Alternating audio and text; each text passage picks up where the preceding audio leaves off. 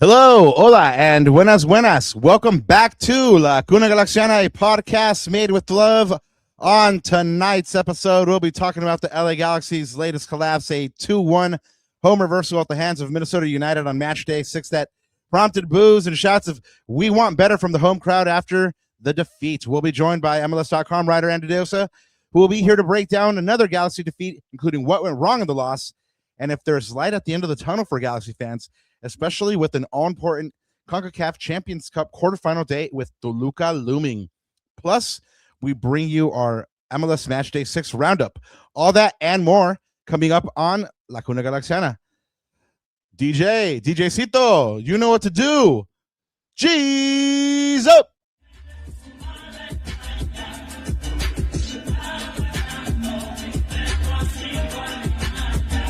Yeah. Let's get it started with a new year, new me. Cuna Galaxiana still reporting on the news feed, yeah. And you know who it be, the 6 stars from the jersey, putting work in the league. Word on the street, we rip teams immaculately. We see the players come and go, but I'm forever a G. And you can catch me yelling tactics on the field when I leave. Get it together like I'm Vanney when I'm giving a speech. Back to the pitch, score goals, dribbling tricks. I heard a transfer window rumor, let me see who it is. I got statistics on the player, puzzle pieces that fit. Con este show que es tan bilingüe que tu papi lo ve. Rápido pues, hablando de este club otra vez. En las buenas y en las malas, we got love for the crest, love for LA. Let's get it started, light up the stage. Every week on Monday night I'm tuning into the place. Yeah, you know what it is. Es La Cuna Galaxiana, 4th season, Rob Ananda. And my name, ya te lo sabes.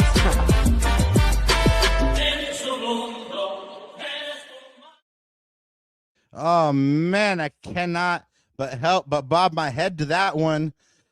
Man, shout out Arquitekto Verbal, wherever you are, bringing us some good vibes in these darkest of times. Welcome back to La Cuna Galaxiana, or as we like to call it around here, Mad Fool Hours Hora, just like Rowley G in chat says, otherwise known as Sad Fool Hours. Break out the tubs of ice cream, break out the modelos, break out the shots, whatever you got to do, man. And it's one of those tonight. And here to help you through it, I'm one of your co-hosts, Rob Jalon. You can find my written work at The Sporting Tribune, and you can find me online at El Escudero de LA. And with me, as usual, coming to you from somewhere out in the world, once again, being the cosmopolitan one, El Yerno Guapo. I guess it's not even the cosmopolitan one. It's the sun kissed by the beach one, Ananda Kirana. Papa, how are you? How are the beach vibes going? Hey man, Miami me lo confirmó, bro. That's all I'm gonna say. Anyways, you know what's funny is like I'm out here trying to just like I'm enjoying my vacation time, my off time, like being with family and stuff. And it's like as soon as I went back and like we're preparing our agenda and our notes and everything, like man, I got to think about like depressing stuff mad again. Like I'm not even mad. It's like when the good vibes are going, you want to keep the good vibes going, right? And it's like, you got to think of like something depressing and like, yeah, I mean, probably like gets me a little, it's just like irritating. It's like, this team again, like this dang team again. Like, and you know what? It's funny because it helps put it in perspective. Like I understand how frustrated and upset and like mad and all the range of emotions that the fans were like leaving the stadium. Like you're paying your hard-earned money to enjoy yourselves on a Saturday night. Landon had bobble night. Everything was set up. The G's needed 3 points to get off the schneid and, make the 2-week break count. The schneid. Get off the schneid. Yep. Ooh, the schneid is crazy. You're going to have to break that one down for me later, but okay. Yeah, that's like another tchotchke like ism, I guess. Okay. Okay, I like. But yeah, I mean, they basically it was time for them to start to go the other way, and they put up an absolute stinker that we can describe in multiple words, phrases, or sentences. But Rob, you know how we do it on the show. Only one word. One word. Only one word. So okay. why don't you go? I might riff off you. I have one in the back of my mind, but how many ways can we just like describe the what we saw on Saturday? I'm gonna say embarrassing because and not to them, but to me, because they actually kind of like made me believe going into it that they were going to pick something up from this game, right? Like in the press conference, Greg and Justin spoke about the 2 weeks, helping them prepare, bringing them together, helping them understand a little bit more about the tactics and what Greg wanted to do, and you just didn't see that. So, but I bought into it. Eso suena bonito, no? Suena bonito. Like in the lead up, I was like, "Órale, all right, cool. Like that's okay, yeah, I dig that." And I drank the Kool-Aid and I called a 3-0 victory for the Galaxy, and it didn't end up like that. So yeah, like I said, embarrassing, but not for them, but for me, because I believed. And like I always say, like everyone that's like, oh, like tóxica, like, and I just gotta remind you, like, my mama tells me, like, no, tóxico tú porque sigues ahí. So yeah, I mean, yeah, embarrassing. I'm sure a lot of fans felt that way coming out of the day. Like, I mean, I could tell by like the the chants and the boos, and yeah, they were for the team that night for sure. But Pa, I got 2 words for you. I don't know if I've said this before, maybe during last year, but maybe like a slightly different tweak to it. But for me, like the thing that just kept ringing in my head when I thought about this, like on our drive home, and then like obviously having to think about the game, like in the morning, catching my plane and everything, it's deja vu. And I think about it in like both the micro and the macro. So what I mean is like this year, like how many times have we come on this podcast this year and we said, you know what, the Galaxy, they controlled the game for most of the parts, but they just missed their chances early. And and by the way, somewhere along the way, when they controlled the game, they gave up a cheap goal, a soft goal, like in like the most worst way possible, at the worst moments, right? And how many times have we used this phrase? Shoot ourselves in the foot. We've shot ourselves in the foot again. This is like deja vu. I feel like I'm repeating myself. I feel like we're broken records. We use the same phrases over and over again. It's like, how do you keep describing the same thing that happens over again? Repeat, right? And that's just this year. But like, how many times have we said that maybe over the past, well, ever since we started this podcast since 23, but probably that we have thought, or you use in your articles over the past 5-6 seasons. Yeah, right. On a macro level, right? And it's funny because even like Kevin Baxter, so shout out Kevin wherever you are, because we had him on the pod last. I thought that was a good pod to kind of like level set and bring an interesting perspective to all this. I think Kevin asked Greg and Marco post match like this, and he even said, I remember the way he phrased it to Greg was, I don't know if you agree with this, but the way it feels like more like the start of 25 rather than the end of it. Deja vu. Yeah. This feels like the start of 2025. It's like they're trying to figure it out again. And well, maybe I might talk about this. I'm going to save this bit for later, but the only anomaly, because we have a good guest. The only anomaly in there is 24, and we actually found ourselves in somewhat similar positions game state wise, Rob, in the beginning parts of the season, but the results were different, and I think there's a couple of reasons why. So I'm going to save that. But this is like, save it all, because like I said, we have a good guest. Overall, deja vu. That's it. Just feels like it's all over again, happening all over again. All right. Well, I know you're in your feels, so bottle those, save those, because we have kind of somebody that's well, definitely an impartial guest, but a good guest as well. So, guys. Thank you for being here. We do have a lot of emotions already swirling in the chat.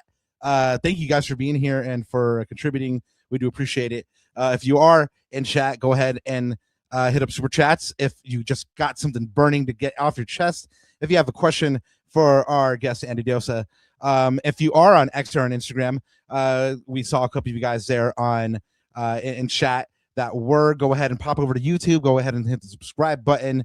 And then Ananda, let's quickly go through these shout outs, because really, like, I'm only really here for Andy, and I know all these folks are here too. So the quicker we can get to him, the better, Yep. And then we'll do a quick plug break before Andy comes on, and then we'll get him on. Let's get through a couple of these little bits. Yay. So the Galaxy aren't doing it on the pitch, but they're doing it off the pitch, I guess. They're doing their beach cleanup this year on Saturday, April 11th from 8:30 to 10:30 at Santa Monica Pier North. That's in conjunction with Heal the Bay. Afterwards, you can go ahead and hook up with your fellow G's at Old King's Head for LA versus Austin at 11:30. Watch that body clock.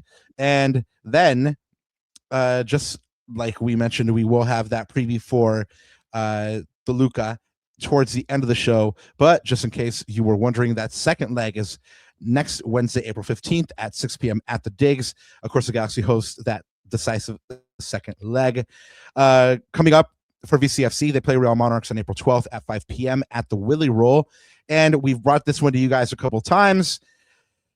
You have now a chance to join VCFC if you're between the ages of 17 and 25. You can go ahead and showcase your talents and potentially be discovered on June 11th and 12th at the LA Galaxy Sports Complex in Torrance. For more information, hit up wmeadows at lagalaxy.com.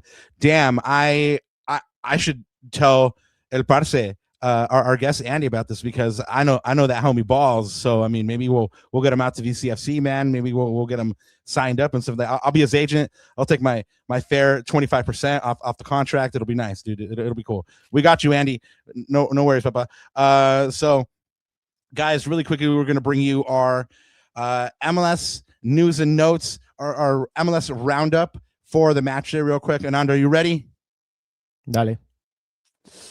There were red cards galore in the Josh Sargent 85th minute winner in Toronto's 3-2 victory over Colorado. New England also scored 3 in a shutout home win over Montreal. Real Salt Lake beat SKC 3-1 behind Diego Luna and Xavier Gozo goals, while Columbus took out Atlanta by a similar scoreline on the road.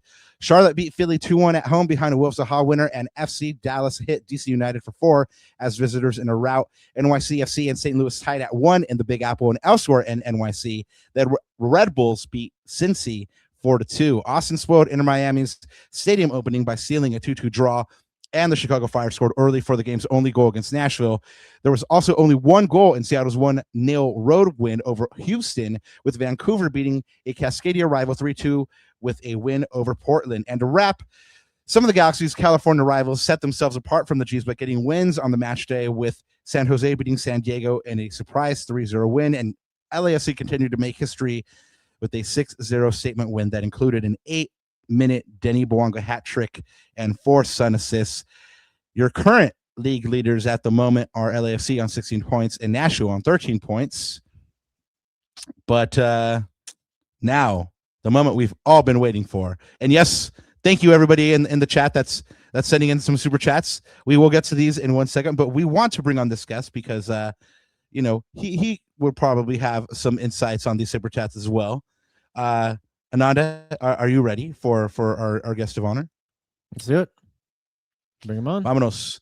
Guys, this brother has had work pretty much everywhere. Yahoo Sports, ESPN, the Boston Globe, MSN.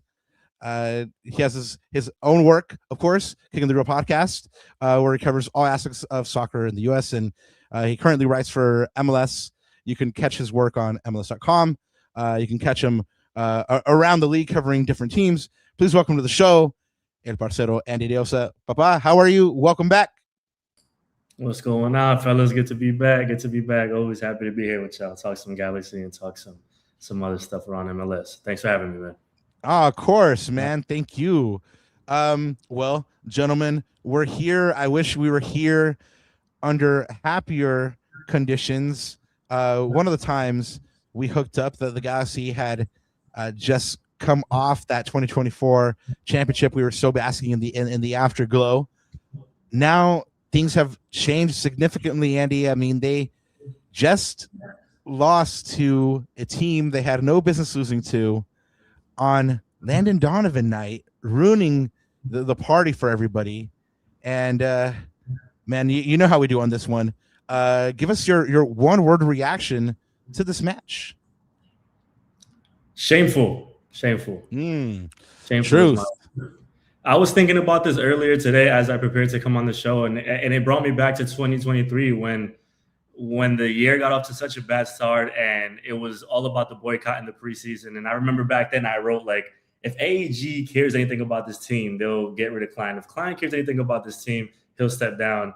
And we fast forward 3 years later, and it kind of seems like the Galaxy are back in the same spot. And obviously it's not to the extent of the front office being that bad, but there is a lot going on in Galaxy Land, and it's not for the better. And you start looking at who to place blame and where to point fingers, and it's kind of getting repetitive, right? I mean, the MLS Cup at this point feels like it was so long ago as well. Like all of that good that they did being able to win MLS Cup a few years ago has just completely gone out the window. And it's a shame for a club that loves to tout that they're the most winning in MLS and that they're the league standard. It has most changed. Decorated. Yeah, it has changed significantly. I told yeah, you, you're not wrong, man. I mean, man. I told you. It's yeah, Andy's right. Andy's right. It does feel like 23, but now we don't have a crutch of bad front office. There's no culprit. Like who's like there's multiple people. Like at that point, I think it was pretty clear we knew we had the where the problem lied. But this is interesting. This is more interesting. We do have a couple super chats. The homie Adam hitting us up with the first super chat of the night. Thank you so much. Shout out. He simply says, if Galaxy were a serious club, we would have had some news this morning, especially after the result from this past weekend. Dang, just not even a question, a statement. This is how it is. And then he's hitting us up with another one. And I guess this one is kind of open forum for all three of us. I mean, we weren't going to get into this just yet, but Adam, your wish is our command. Happy super chat to you, sir. Thank you once again. Who's taking accountability, Kuhn, Speckerman, or who? Andy, I guess we'll start with you, man. That's a great question. And if there was an answer to it, I feel like Galaxy fans might be a little more at ease to know that there's somebody taking accountability for things that are happening. Because it does seem at some points that Greg Vanney gets put in unfair positions because he has to answer a lot of these questions while other people don't. But at the same time, after listening to Greg Vanney after the loss against Minnesota, he's not doing himself many favors either. So there's enough blame to go around. Accountability needs to be across the board, and it shouldn't just be one person. But yeah, I haven't heard Will Kuntz say anything in a long time.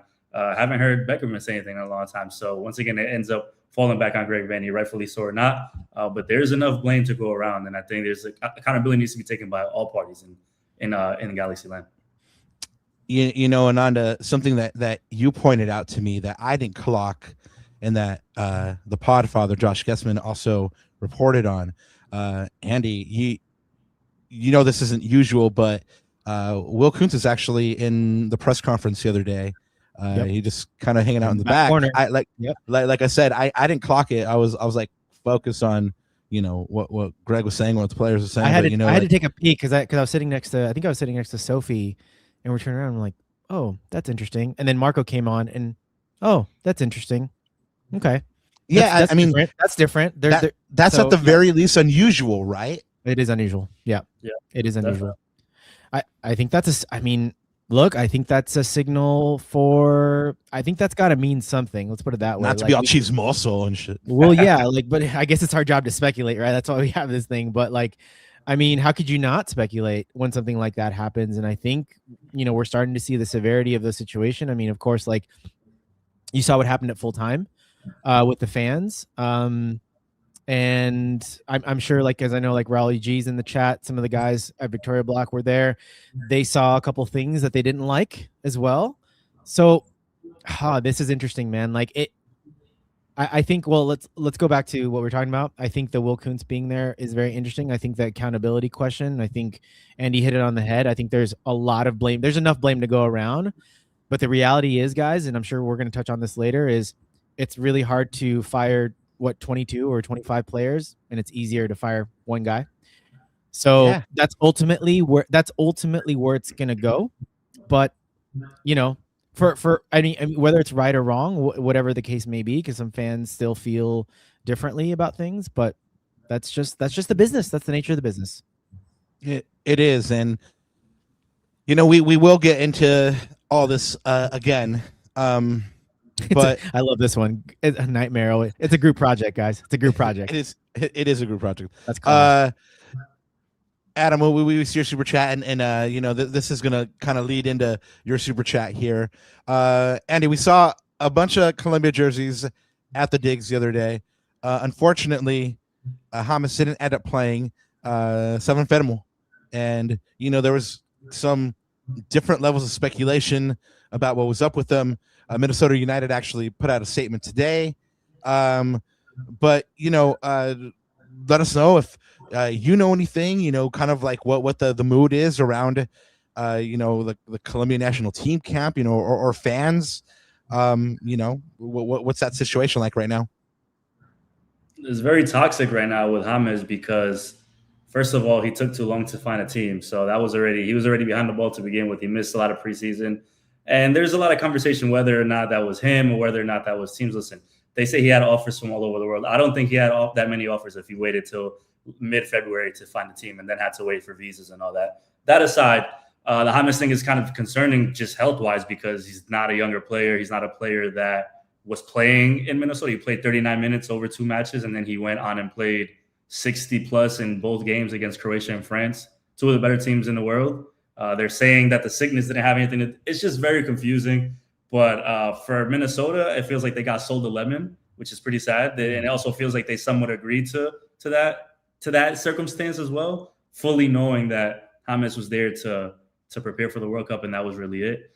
The bad part for us Colombians is that he is not preparing for the World Cup because he hasn't played much. So it's bad all around. I feel bad for the Colombians that were excited to go out to Dignity Health Sports Park and obviously not be able to see James. I hope he gets well. I hope he's available for us for the World Cup. But I have no answers in terms of James and what he's going to be in MLS because right now it looks like nothing, unfortunately.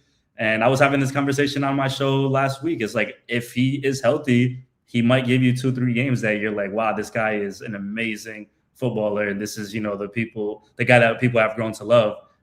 At this point, we don't know if he's going to even give us 3 games, right? Like are we even going to see that? So it's a lot of toxic stuff swirling around that. And also because media in Colombia started running with these narratives. I think Minnesota literally in the statement was like, we asked the media to not report stuff that is not true. Right. Basically. And it just, James has become, unfortunately, a polarizing player in Colombia, which is sad because he is, in my opinion, the best of our history. But, this is where we are now. We have to acknowledge the fact that it is what it is. And just hope for him and every other players, I hope that players just stay healthy and are able to play at their ability. So I don't know. But in terms of Minnesota, it looks like they signed up for this and it's going really badly so far. So not good. Well wishes for his recovery for Los Colombianos that were there. It sucks. Sorry about it. Hopefully you guys still had a good time. I mean, Minnesota did get the victory. So it wasn't all bad, of course, for Minnesota fans. They actually looked. I was gonna say the other parts didn't have a great game, right? Emmy didn't had a bit of a shocker, so he's not making the Colombian team anytime soon. Yeah. We'll definitely get to that. But were you surprised that Minnesota looked so lively, Andy? I kind of thought that after the James, they would kind of like be let down and not kind of play up to their abilities, but they looked pretty great, or at least compared to the Galaxy, or did the Galaxy make them look better than they actually are? I mean, Adam in chat has that super chat that says, did Vanney get the lineup wrong on Saturday? Thank you, Adam, for another super chat. I think it's more of the second one. I don't think that Minnesota team is that good. Honestly, when James signed it, that was my concern, is that they're not really built a way that makes them a threatening team in the long run in MLS. But once again, it's a league that a lot of teams get into the playoffs, so you could just kind of coast and be all right. They have some talented players. I just don't think as a cohesive unit they're that dangerous.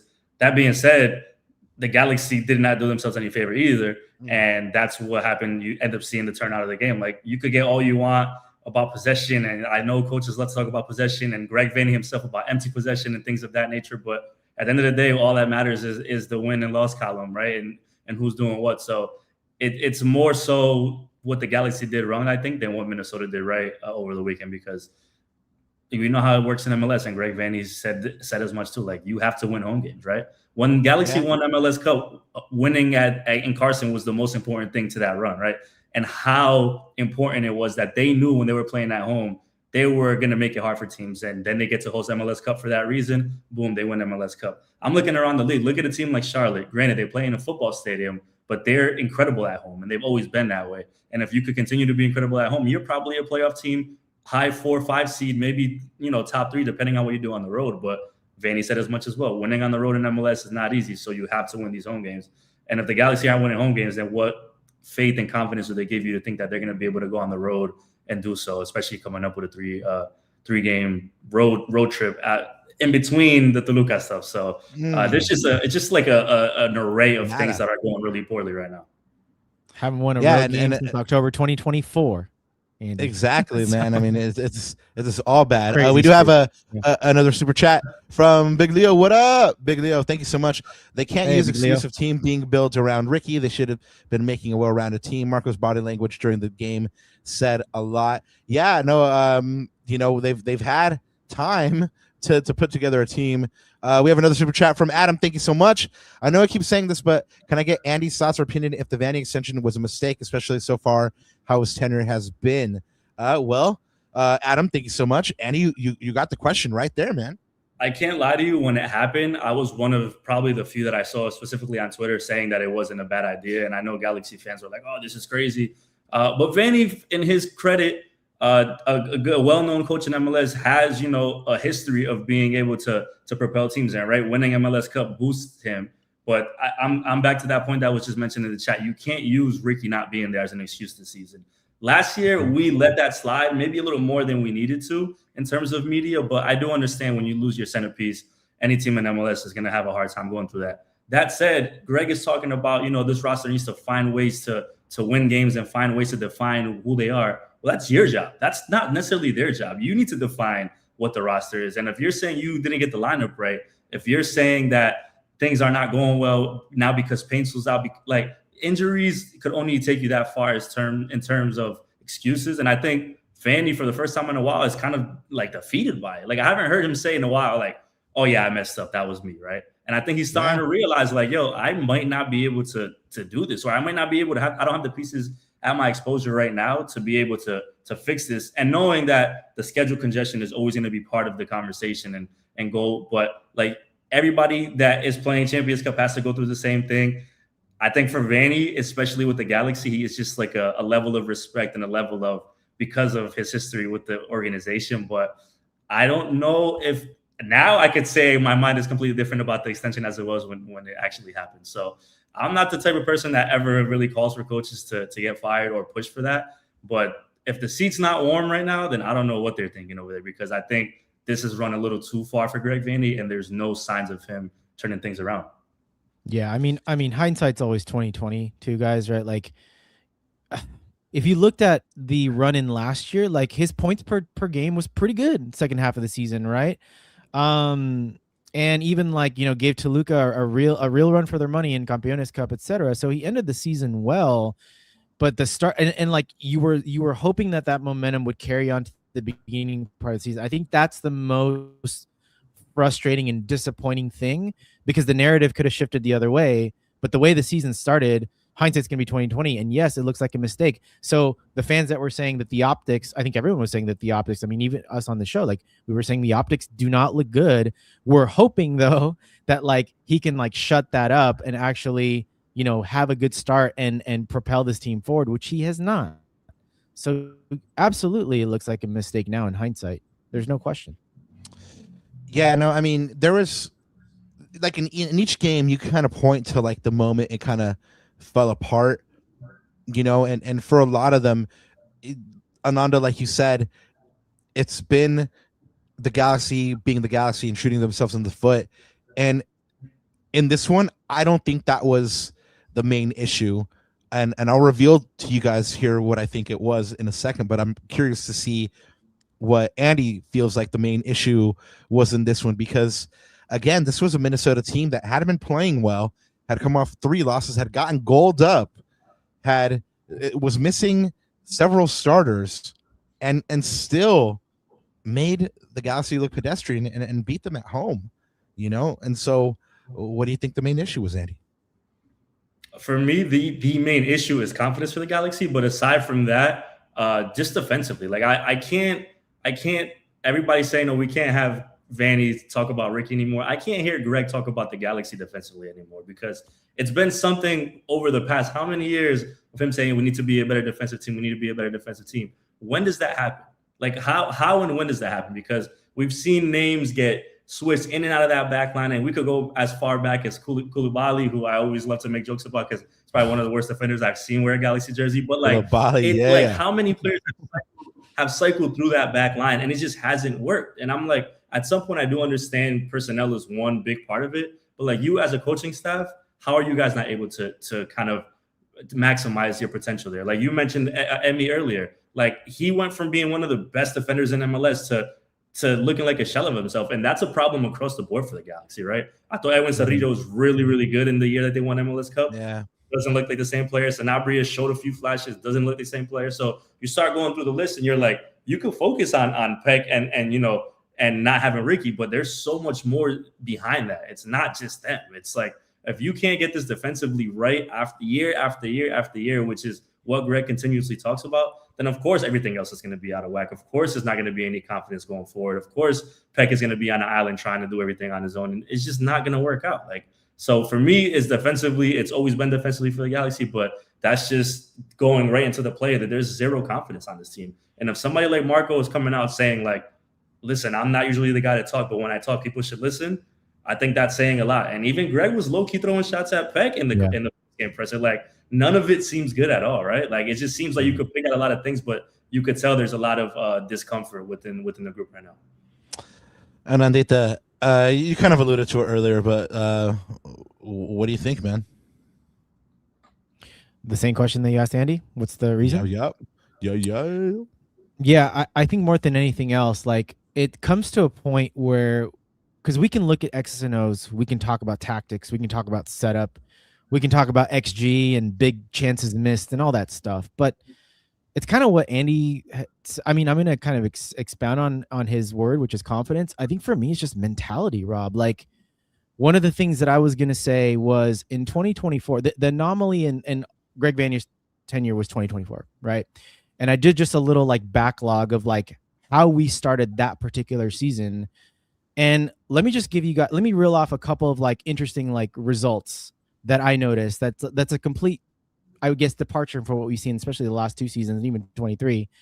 Rob, early in the season, we were down 2-0 against Nashville away from home in the 67th minute, and we came back to get a point from that game. We drew that game 2-2. That was like the third game of the seizon.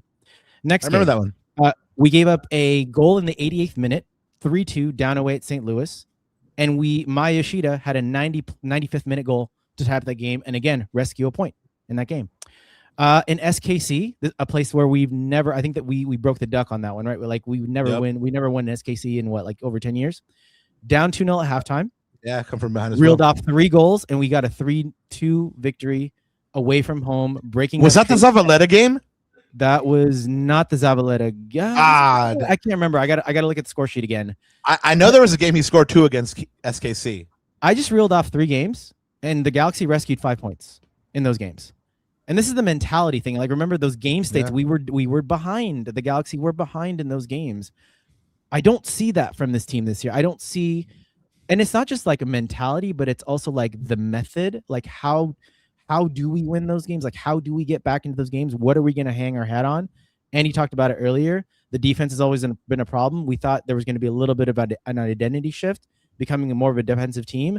That hasn't happened because of individual mistakes and just lack of cohesiveness. You saw JT Marcinkowski post-match talk about one guy's doing A, the other guy's doing B, and the third guy's doing C. Right. So that lack of like togetherness, but I'm going to chalk it up to just quick, like simply put, mentality. Like there's no, and I think that's what the fans like really react to. There's no like fight back, or it's not like, I think the Galaxy are putting in the effort. So it's not a question of effort. It's just like maybe like focused effort or concentrated effort and knowing what the heck they're doing to get back into these games. But there is also, I think, maybe like a bit of a mentality thing. Like Marco Roy says, you have to hate to lose. Like, I don't know if these guys actually, like all 20, whatever of them, actually like really, really hate to lose. Like maybe that's harsh to say, but if Marco's saying it, and he's one of the leaders of the team, there's got to be a silver lining of truth in that, right? Yeah, and he's saying it for a reason, and hopefully, like, and some of these things sometimes aren't for us. Sometimes it's for their own teammates, right? Like they're using us as conduits, right? Because they know we're going to quote them, they know we're going to put it into articles, they know we're going to talk about it on these humble little podcasts like this, right? And yeah, I know he just came out straight up and said, you know, you have to hate losing and I mean that says a lot for him to also come out and say like, he came yeah, no, correct to that press conference. like I mean Yep. he I mean for me it was kind of like also like, hey, I hope my teammates listen to this, But guys, I mean, I opened that question by saying, like I wanted to give you my perspective on this, and I kind of want to give you my perspective on this only because it's something that I saw for the very first time. And all y'all out there in the Galaxylandia sphere, I know you guys are disillusioned and stuff like that. So disillusioned that you guys have even started taking it out on the podcasts that cover the Galaxy. Like we have some say in, what the Galaxy do or do not do.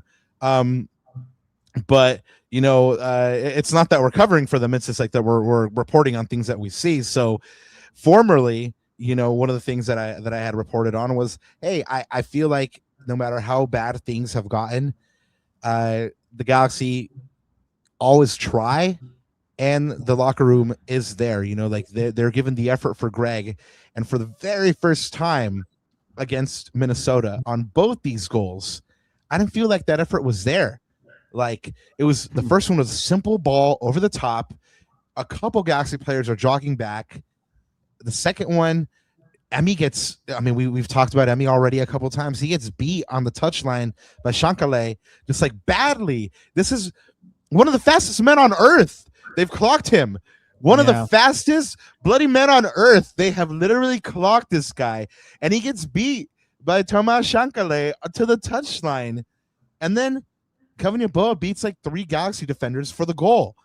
That's no effort. That's no heart, man. That's like giving up. And like I said, this is the first time during Greg's tenure, no matter how bad the results have gotten, that I've seen that. And that's, to me, the more worrying thing, right? So, this is my original question was that, the approach thing. But Andy, I'm going to follow it up with, do you think, that the disarray is more a problem of Greg's approach to the game at the moment, like his tactical setup, or are simply his players just not executing for him, i.e. letting him down? That's a good question. I'm going to start with Greg because I also want to mention this. Why are you a few weeks into the season and having a goalkeeper controversy? Like, if you're a serious team, you're not having a goalkeeper controversy. You have a goalkeeper one, and that's it. Like, so even starting with that right now, it's like that doesn't instill confidence in the team because now you're juggling goalkeepers and saying, well, I'm not going to commit to one. Well, I think committing to one might be the right idea, right? Let's get that out of the way and solidify that because the goalkeeper has a big role to play with the defenders as well. Like having that confidence, having that comfortability with the back line, it all goes hand in hand. So that's the word. Cohesion is not there, but for sure, I think you also see moments where, like, I think it was Marco that said it, like the coach can say what he do what he wants, but like the players have to execute. And I think it is a problem that the players are not executing. The players are not playing to their ability. I mean, even look at somebody like Cuevas, who last year was just amazing at center crosses and centering the ball and getting up the wing. And like this year, it seems like he can't do any of that, right? And once again, it's not to pick on one specific player. You could go across the board and start like pinpointing what's going on with some of these players. But like João Klaus being the most important player so far of this season for this team is like, I feel like that's telling. Like this is a guy just came in into a new system and ends up being like the guy, I guess, the protagonist in the attack. So it's crazy to think that you go from this killer Peeves mindset and all of like this energy, and you look at the roster, right? You look at some of the teams they've lost to, like the Rapids would kill to have half of the roster the Galaxy have, right? Like SKT would kill to have, right? Like, I mean, they have one of the players, but they would kill to have some of these Galaxy players. And you're like, when you start looking at that, you're like, it might not just be coaching. It might be some of these players are just not pulling their weight. And we could get into this a little bit later as well. But like Gabriel Peg has a revelation against Mount Pleasant in CONCACAF Champions Cup, and then looks like a fraction of that player in MLS. So like, where's the disconnect there, right? It's the same team. So it's a lot. Like I said earlier, you could point fingers a lot of ways, but I believe that like some of these players truly are playing way, way under their level. And if that's the case, Greg is saying like, well, he's once again kind of throwing subliminal shots at certain players, saying like these guys have to make sure that they're not doing things to the disadvantage of the team. Like Why is that message not getting through from coach to players? Yeah. Where's the disconnect? Because you're the guy that's supposed to get that message through. If you can't do it, I'm sorry, but nobody else is gonna do it. Yeah, no, like you should be conveying that message. Where's the communication breakdown? Andy getting some love in chat. El Primo, Matthew, shout out. Primo, what's good? Comment 96 says Andy spitting facts. Pablo says Andy for coach. I mean, again, I said it before you were on screen, Andy, when I was trying to get you a contract with VCFC. But if you do get hired for the Galaxy, again, I'll be your agent. I'll represent you. I'll take my fair 25% off the top. It'll be a good time. Good times. I love it. Well, I already have enough gray hairs as is. I don't think I need more from the Galaxy, man. Right? Then you're gonna need the Olympia, my bro. I was gonna say too, like, I know Andy was talking about the goalkeeper, like having the consistent goalkeeper. Why stop there? Guys, can we have a consistent back four? Can we have a consistent midfield three? Can we have a consistent front three? I know JP's injured. Fine. But, like, can we not put square pegs in round holes? We're going to talk about the lineup in a sec. Lucas Sanabria at left wing doesn't really work, right? Greg said it as much. But it's like, I think as fans, I think we should go, like, by the way, CCC or not, I think the whole rotation thing, actually, let me get back to that and let me just finish my point, which is, I think the consistency of naming your starting 11 like we did in 24. We knew who our back four was. We knew who it was, right? We knew who our midfield three was, and we pretty much knew who our front. Like, we knew who the starting 11 is. This year, it's like chopping and changing. So of course, guys aren't going to build partnerships like the defensive partnerships, the midfield partnerships, the left wing and left back partnerships, the goalkeeper with his two center backs, because we keep chopping and changing the lineup. Now, it's easy for me to say in hindsight that, like, oh, we're trying to keep these players in cotton wool and, like, we're, managing two competitions, blah, blah, blah. Okay, we'll just have the same starting 11 and maybe do a 60-30 split, right? Or, like, against a Mount Pleasant team that had half of their team basically missing. Right. Like, do we really... So it's like these little things, and I know I'm saying this, like, hindsight's super easy. Like, it's super easy for people like us to criticize in hindsight. But I think my second point was going to be, if you're coming off of a period of instability, we shouldn't be throwing more instability into, we should be throwing processes and systems to create that stability as much as possible, right? So square pegs in round holes or shifting the back four, it ain't going to help this team, right? And you wonder why some of those connections are missed during vital parts of the games, missed passes, giveaways in your own half, etc. So yeah, man, Greg's got to find those answers soon and just throw more stability in the system, because this is too much for these players. You guys did mention the goalkeeper thing. Andy, that's been like a 2.5, 3 year thing. I mean, we've been talking to Greg at the CVI about this for 2-3 years. I mean, and it still hasn't gotten resolved, right? So, you see the lineup for this one, and he's already committed to not picking a keeper as his number one, but Marcinkowski seems to be the number one, and that's why I even said in my article that the Galaxy's current number one goalkeeper, JT Marcinkowski. But then you have an ultra attacking lineup with Aude and Cuevas starting. You have Wander, Cerrillo, Sanabria all start with Sanabria as an inverted left winger. What are your thoughts about this lineup?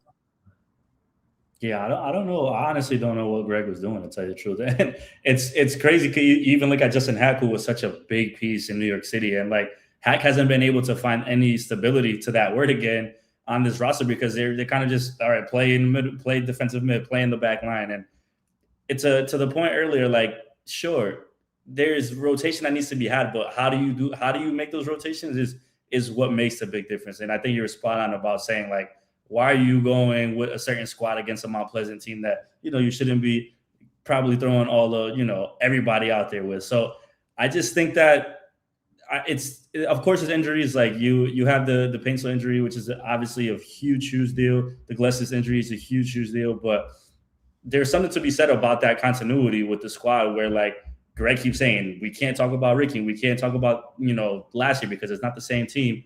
Well, if it's not the same team, how are you going to get this team feeling like it's a cohesive unit if you're not giving them consistent starts next to each other, if you're not putting them in the same positions when you're, like, throwing Hack back there, when you're throwing Lucas to the left? Like, you need to have that kind of mentality, because you don't have a player like Ricky who is that mastermind in the field, right? And if you don't have that player, then it's going to make everybody's positional awareness a lot more important, because when Ricky's on the field, you could do a lot of other things, and maybe you could slack up in certain ways because he makes up for so much of the game going forward, and then therefore defending is a little later on you guys. But the way that they're playing now, and he's talking about speed, it's a tactic thing, because you can't throw at one speed with this team the way it's set up and the way that he puts these lineups out. So you could, sure, if you have JP back, the counterattack is going to be amazing, and him and Peck are really fast, but like it always, to me, falls back is like when they lose the ball, which they happen to do so often, what does that defense look like in transition? What is that, what does that rest defense look like for them? And you mentioned it, right? You've been talking about the goalkeeper 2-3 years. To me, that's part of it, man. Like, why is this a thing? Like, if you have a solid goalkeeper and a solid back line, then that makes that connection a lot more easier. Then you're like, I don't know who's going to be back there. Maybe this keeper's not as vocal as the other keeper, whatever it may be. I just think that as a serious team, as a serious coach, keeper should be the easiest problem to solve. And for some reason, that's the Galaxy's been like a head scratcher for a few seasons, which it's just the revelation like what the team is at this current stage. Hey, Rob, you saw even with Arsenal, you put Kepa Arrizabalaga in there, 2 losses, bang, bang, right? Like it's a simple thing, but it makes a huge difference. It really does. Like that partnership between the back line and the goalkeeper, and like the vocal leader, because the goalkeeper sees everything in front of him, right? And that communication, yeah, man, it's a worry. It's a huge worry. Yeah, no, it's definitely something that I really don't know. Again, like Andy brought it up, like why are we still talking about this one particular thing, right? Like it should have been solved. And it sucks to say, like it's like it's so cliche to say, but like any big team would have solved this. Like, but yes, like it's foundational. Like you need a solid number one. I don't know if we've hit this one up yet. We do have a super chat from the homie Riley G. He says, shout out, Riley gracias, Riley G. We saw you on the big screen, man, showing out. Yeah, man. I mean, yes, at least the fans were doing their thing. He says, I hope that hate to lose comment was directed to Vanney. He said to be too nice or easy on the players. We can only report to you what we see. And he came into the press conference like hot, like heated and hoarse as hell. So he was screaming it up in the locker room. Well, and the other thing too is, remember, he came in late. So he came in about, I don't know, but it felt like maybe between 5 and 10 minutes late. And it was because he was giving the team talk or stern talking to or something. But yeah, he was late to the presser, definitely. Yeah, well, no es para más, right? Porque guys, if you were one of the lucky ones who didn't watch the game, weren't there, don't know what happened, then bless you, child. You should just turn off this podcast right now. But if you are brave, don't say I didn't warn you. No, nothing good came from this one for the Galaxy. They, of course, fell to Minnesota United 2-1 at home. Was a lackluster display. Neither team really did anything in the first half. In the second half, like we've already mentioned, the Galaxy gave up 2 soft goals. They actually gave up 1 soft goal. The Galaxy got back into it through a really nice kind of interchange between Marco Reus and João Klaus. Marco Reus shoots directly Drake Callender, gets his own rebound and scores. Right, but just 10 minutes later, like I said, Shankale beats Miro Garces to the end line, and then we get those shouts of Ananda. I know we're a family show, but I mean this is a quote. This is like editorial, so I mean I figure I can say it. Yeah. I figure it's editorial, so hopefully nobody gets in trouble. But yeah, I mean I'm sitting there in the press box, and our brother Alex Reese kind of nudges me. He's like, "They're saying let's go Cosmo," and I'm like, "Nah, bro. They're saying wake the fuck up." I thought it was a Laker game. I thought I was hearing we want tacos or something. I don't know. Yeah, no. I was like, wait a second. They're not saying let's go Cosmo. They're saying wake the fuck up, right? So as soon as Kelvin Yabov scores, V Block just erupts Yep. and wake the fuck up, right? And it's just an indication of what they would get later. But again, guys, for me, this was lack of effort on both these goals. For you, I'd be interested to get your opinion. Was this the worst defending that you've seen from the Galaxy all season, Andy?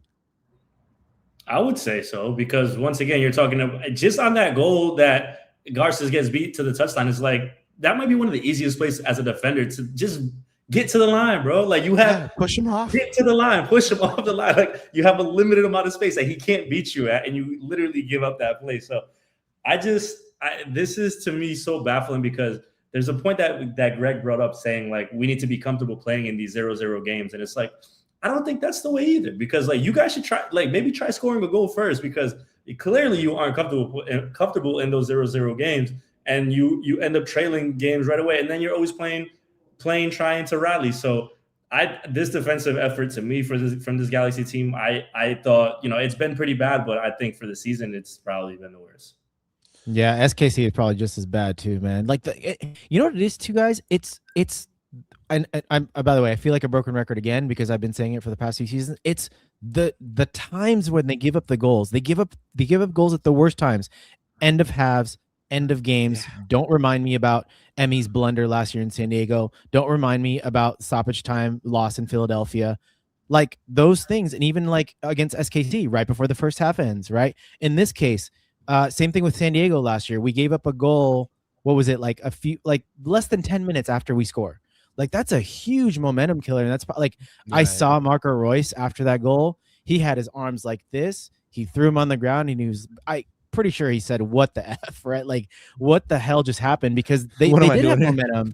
Well, they did have the momentum actually. But you know what, man? Like, I don't know. Like, we'll talk about defending badge later. But props to Marco. He came correct that press conference. So, but anyways, he did.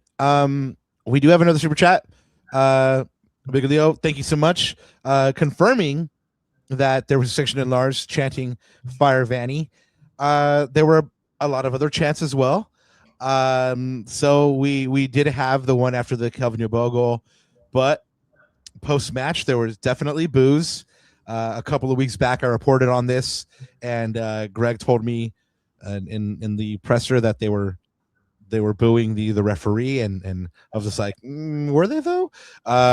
And so now I feel like there is definitely no debate. It was definitely the boos were directed at the team, and then definitely there's no debate here that when the Galaxy went over to V Block, they were met with chants of "We want better, we want better," and yeah, man, I feel like this is it's reached a head, right, where you're now getting fan action to this situation, and you go like, okay, well, what are they hoping to achieve? I mean, well, let us remind you, last time these fans got together and you know started collective action, they got a president fired, so they did affect change, right? But you know, this is early in the season. Andy, you would hope that somehow, some way, they kind of get this together, but so far, they haven't been able to get that. Marco has been one of the only players been able to get going. João Klaus has gotten going, but from there, no one. Right? You're missing Gabriel Pecci. You're missing Eric Tommy, who was brought in, and then we were told that they brought him in over somebody like. El vato de que se fue de Liverpool a Barcelona, se me fue el nombre, el Coutinho. Oh, yeah. Right. So we were told that they brought in Eric Tommy over Coutinho because they had more faith in Eric Tommy, right? But we're not seeing anything from these players. So what needs to happen, man? I mean, do they need to change the system up? Do they need to, you know, maybe bench these players for a game or two to get them kind of like to, you know, what's the Spanish, recapacitar? Kind of like recalibrate, you know? Well, what do you think needs to happen here, Andy? Well, that's why I'm saying it's funny, because they try to use the schedule congestion as something. Well, after next week, you won't have 2 tournaments to worry about, so that excuse will be out the window. So you can focus on just MLS. And this is a league, I remind you, that a lot of teams get into the playoffs, so it won't be crazy to see the Galaxy win a few games and then, you know, get into position. Remind you last year, like they somehow used that Leagues Cup run and it benefited them in the second half of the season. But you can't afford to start off this bad in MLS, and you can't afford to be this bad at home on top of that. So I don't think that benching players is the answer, because clearly they're showing that they don't really have any options otherwise than what they have there. But for me, it's like the sea is warm now. Like, you can't deny that. Maybe a year last year you could have danced around it a little bit and whatnot, but this year it's impossible, especially for me looking around MLS and seeing that teams have no hesitation at letting go coaches, right? Orlando's a perfect example. Oscar Pareja had been there forever, and he had progressively been getting better every season, right? Get to the playoffs, get to the second round, get to the conference finals. And then this year, it just was like a complete downfall. And they were like, no, we can't sustain this. He's gone. Right. And we're only a few games into the year, right? So to not think that Greg is under that pressure would be to be naive or try to, I guess, look over the fact at hand is that, like, Greg doesn't have much to stand on right now. And that's unfortunate for a coach that in this league has been decorated and has been successful. But you can't hold on to the past. You can't hold on to that MLS Cup that, like I said earlier, seems like light years ago.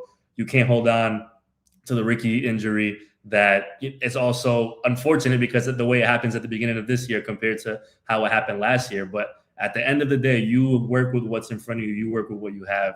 And the bottom line to me is Greg has not been able to maximize that roster. And to my point earlier, there's a lot of teams around the league that would love to have a lot of those players on their roster. Yeah. There's a lot of teams in the league that don't have that talent on their roster. But look at the difference between coaches, man. I mean, you don't have to look far. Somebody mentioned his name in the chat earlier, what Bruce Arena's doing up in San Jose with a lot of super draft players and MLS traded players. Like, there's levels to coaching in MLS. And I think this one might have sailed on Greg. I don't know if he's able to turn this around with this team currently constructed. Now, what they're able to do, I don't know, maybe in the summer or if Will Kuntz is working on something, but it's not like they have just players they could pick at and be like, they're going to instantly fix this. We know how tough that is for teams in MLS to just bring players in and them to kind of hit the ground running. But yeah, man, I'm not seeing it from Greg. And I think the longer this lingers, it's obviously sad for the fan base, because you think about a fan base that has been through thick and thin with this team, and you've had all these great moments and you had all these tough moments. But I'll give the Galaxy fans credit, man. Like, they show up to that stadium. Even if they know the team is going to be bad, they'll show up to the stadium, and that's not to be taken for granted, right? I think that has a lot more to do with the front office and AEG and stuff like that. But you need to kind of value that. You need to kind of, listen to what these fans are saying. Don't beat around the bush and say, oh, maybe they're booing the ref. Like, now this is strictly firmly for you guys, and they're spending their money to come to the stadium. They're spending, their weekends and bringing families and taking time out of their day to watch a product that has not been good for a while now. That's how you lose fans, man. That's how you lose interest. And I think the players feel that, right? The players are going to know when things are not going well. And I think right now they're just disconnected. And I don't want to say he lost the locker room, because obviously it's a team and they're together, and it's easy to say from the outside that, things are disconnected. But like, one thing we could judge on, like you say, Rob, is what we see. We report on what we see and what we hear. And you don't have to be a super smart soccer X's and O's tactical XG guy, like you said, to see what's going on right now. Yeah, and I mean, there's something that we didn't even mention. I mean, Greg, for everything that's happened, I mean, he does have his defenders. Ricky Puig was in the stadium, and he was demonstrating against Victoria Block and shushing them when they were hitting the team with "We Want Better." I didn't know that there was the Con Huevos chants. LA Brandon Sports, what up, Brandon, is in chat. Says Ricky was pissed at the "We Want Better" and Dale Con Huevos chants. But yeah, man, I mean, shushing your own fans, I mean, that's absolutely tone deaf. I don't know if they like hit him afterwards and went like, hey man, that probably wasn't the best look, but like, it's probably not the best look. Let me give you some free PR advice, Ricky. It's not a good look. Yeah, it's the same noise comment, right? It's kind of that same like tone deafness that doesn't sit well with the fans. And you know what else doesn't sit well with the fans? Andy just talked about it, man. You look at this roster on paper, they're severely underperforming. Like I said, that this is an automatic playoff team. We're looking at a team that's not going to qualify for the playoffs. The way things are going, you look at the rest of April, Papa. What, 3 road games and then 3 more road games in May? Haven't even talked about Toluca yet. Yeah, it's really, I think it's scorching at the moment. I think as Andy put it perfectly. You would be naive not to think that way at the moment. We have a super chat from the brother GCam gracias. He says, Vanney out. We have seen this refrito before. We need better. Good to see you guys. Thank you, GCam. Yeah, well, we're, like you said, we're here with you guys through it all. Win, lose, or draw. And you know, we're gonna be here with you for all of it afterwards too. So no matter what happens, but yeah, no, it's a rough time, guys. We do have another super chat from El Primo Matthew. He says, thank you very much, Primo. Says, if Greg's fired, is there a role for him in the Galaxy org? I think there could be. Andy brought it up. I mean, he's a Galaxy guy through and through. I mean, he started his career there. He's given a lot to the organization. It's not like he doesn't want to be successful. We see how much he puts into the job. He's a good tactical mind. He's really smart. Like, he knows his tactics. It's just maybe it's the thing that Bruce is really good at. Bruce was an amazing man manager. He knew how to get the best of his players. He kept it, you know, he's straight. He goes by the book, man. Like, pretty straightforward. And sometimes, again, I'm going to go back to this thing again. Sometimes players just need to hear a different voice, and maybe it's just that time. You know? Well, Ananda, we've been talking about a lot of vibes and stuff like that, and, you know, different voices, and, you know, like we've even talked about, you know, what the players should be feeling, you know, like subliminal shots. I mean, we're starting to sound like when Drizzy was going at Kendrick, you know, subliminally and stuff like that. But one thing you cannot dispute are the data, are the facts, right? And you always have one key stat. What was your one key stat from this match?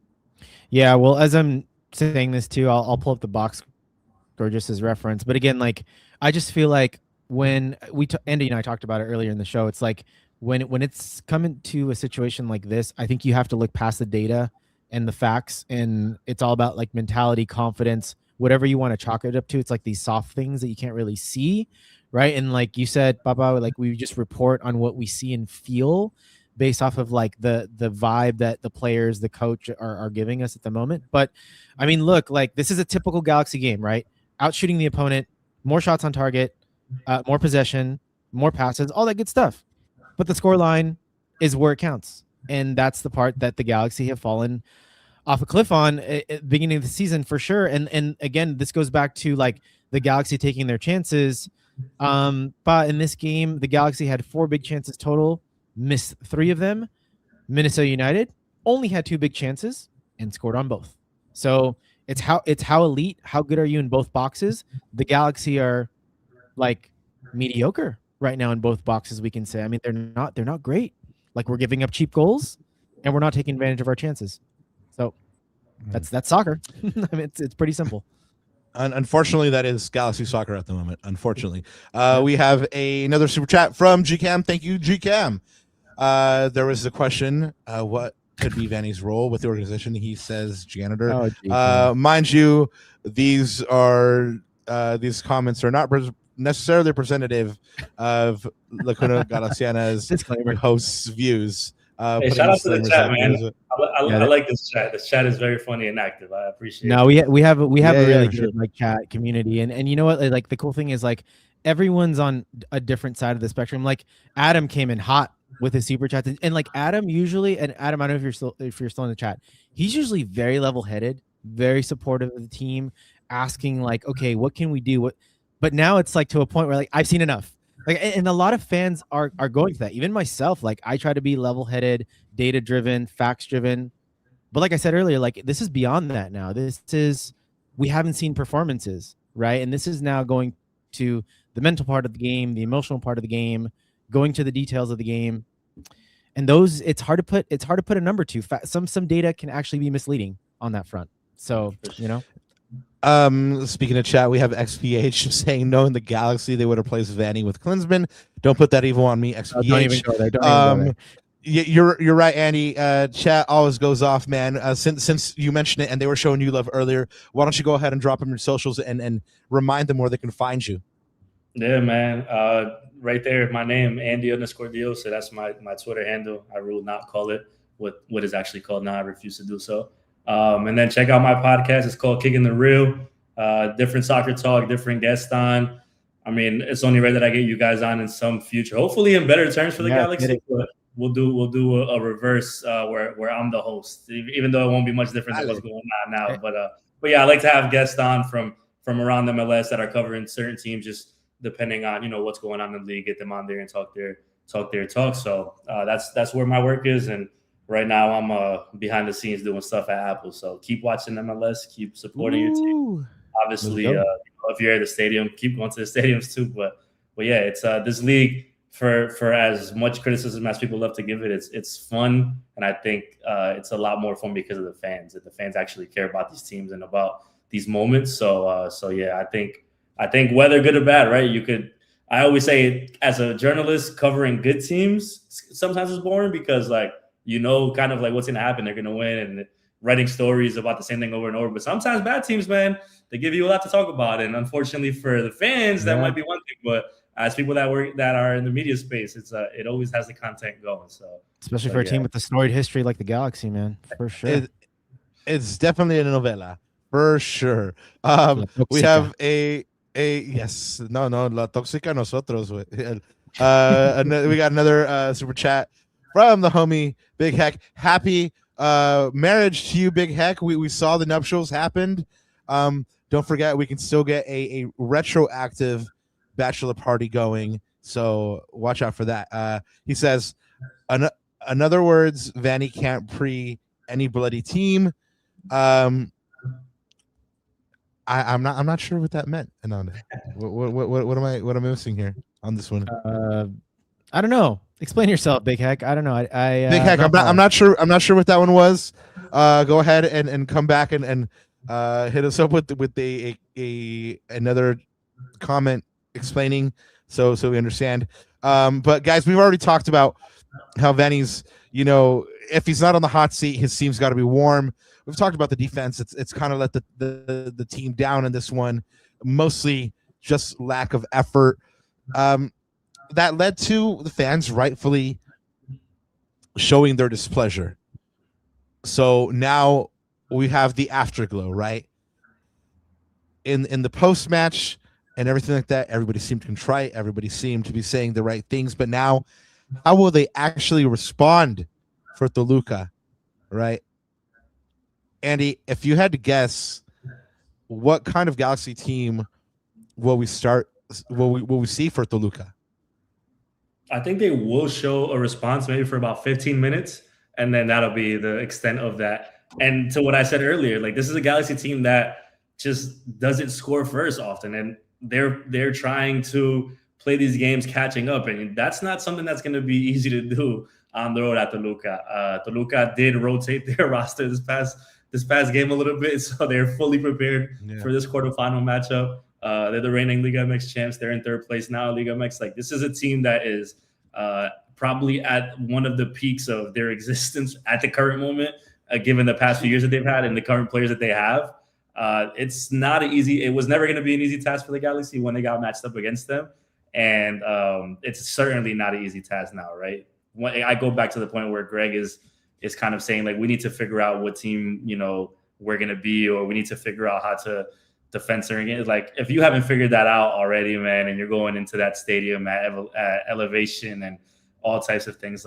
One last thing I'll say about Minnesota, to that same point, Minnesota has a new coach and is playing a brand new system this year compared to what they were doing last year under Eric Ramsey. And they didn't seem to have a problem going into Carson and winning a game. So you could spare me with that one too. But yeah, I think Toluca, you know how Liga MX teams are when they play MLS teams, first of all. So I think that is the overlying thing where they're not taking this game lightly. The Galaxy are not going to have a good time down in Mexico. I'll just say that much. Yeah. Necesitan llevar su propio chef, su propio agua. Just take it all, bro. Take it all on the plane. Charter the plane. We do have another super chat from G-Cam. He says, sings to Jajon. Jayon, come back. You can play on me. Yes, sir. I was wrong. I just can't live without you. All right. Nice. GCAM, thank you so much, man. Deon, do come back indeed. Big Heck, clarifying for us, you can't Prep. pre the team Prep to the face team. any MLS team. Yeah, prep the team to face any MLS team. I mean, Looking that way right now.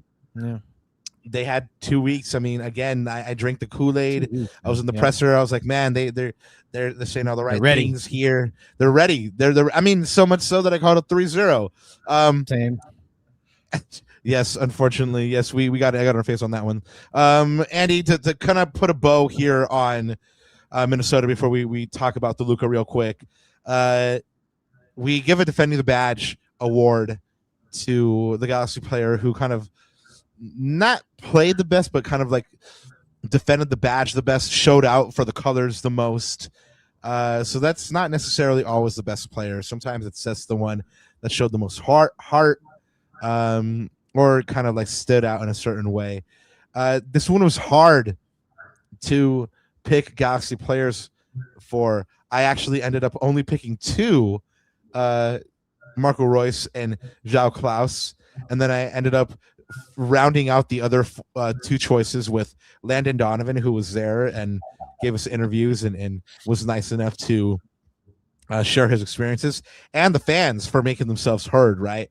I think the fans are the default winner here, but if you had to pick any Galaxy player that, defended the badge, and you can also say, you know what, I can't really pick one out, who would it be?